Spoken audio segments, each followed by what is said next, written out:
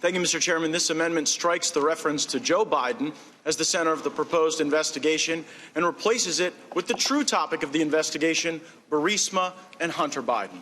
An essential element of the Democrats' case on abuse of power is that the Bidens did nothing wrong. It can only be an abuse of power and not a correct use of power if the president was pursuing something under which there was no reasonable basis to ask a question about Hunter Biden and Burisma. Hunter Biden and Burisma, well, that's an interesting story. And I think just about every American knows there's something up with that. $86,000 a month, no experience, working for some foreign government while your dad's the vice president of the United States? Is there anyone who believes this is okay? I know we got a few of my Democrat colleagues maybe run for president or might run for president one day. Would you let your vice president have their son or daughter or family member out moonlighting for some foreign company? Maybe I'll use language familiar to the former vice president. Come on, man. This looks dirty as it is. Hunter Biden was making more than 5 times more than a board member for ExxonMobil. I've heard of that company. And so I wanted to read up on Hunter Biden, learn a little more about him. I found this very extensive profile in The New Yorker. And here's what it says. Hunter said that at that point, he had not slept for several days. Driving east on Interstate 10, just beyond Palm Springs, he lost control of his car, which jumped the median and skidded to a stop on the shoulder of the westbound side. He called Hertz, which came to collect the damaged car and gave him a second rental. The Hertz rental officer told me he found a crack pipe in the car and on one of the consoles a line of white powder residue. Beau Biden's Attorney General badge was on the dashboard. Hertz called the Prescott Police Department and officers filed a narcotics offense report listing items seized in the car, including a plastic bag containing white powdery substance, a Secret Service business card, credit cards, and Hunter Biden's driver's license.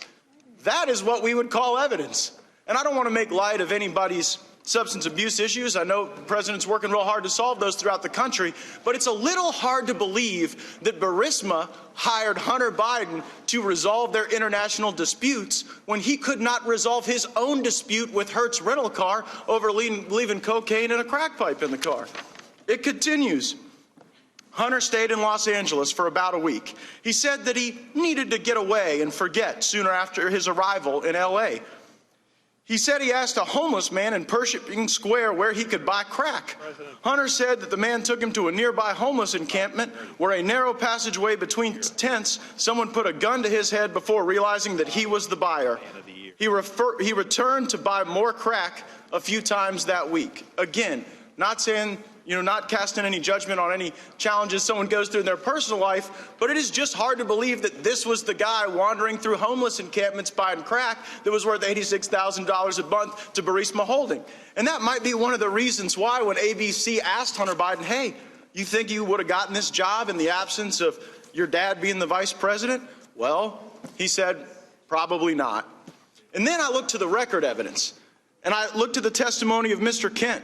Mr. Kent was one of the witnesses they called on the first day. He said Burisma was so dirty that our own embassy had to pull out of a joint sponsorship with them.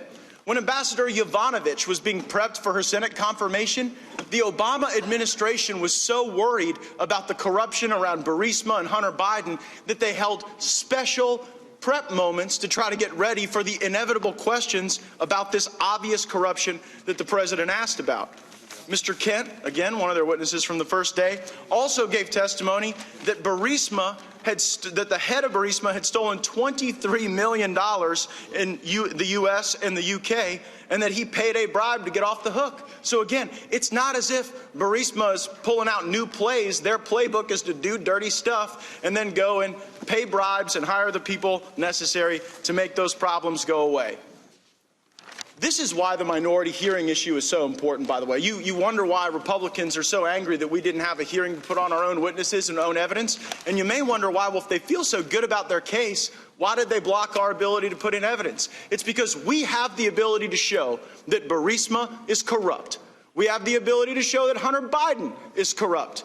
And that totally exculpates the president. Because there is no way in the United States of America that honestly pursuing actual corruption is an impeachable offense. That's why I offer the amendment, and I encourage my colleagues to vote for it.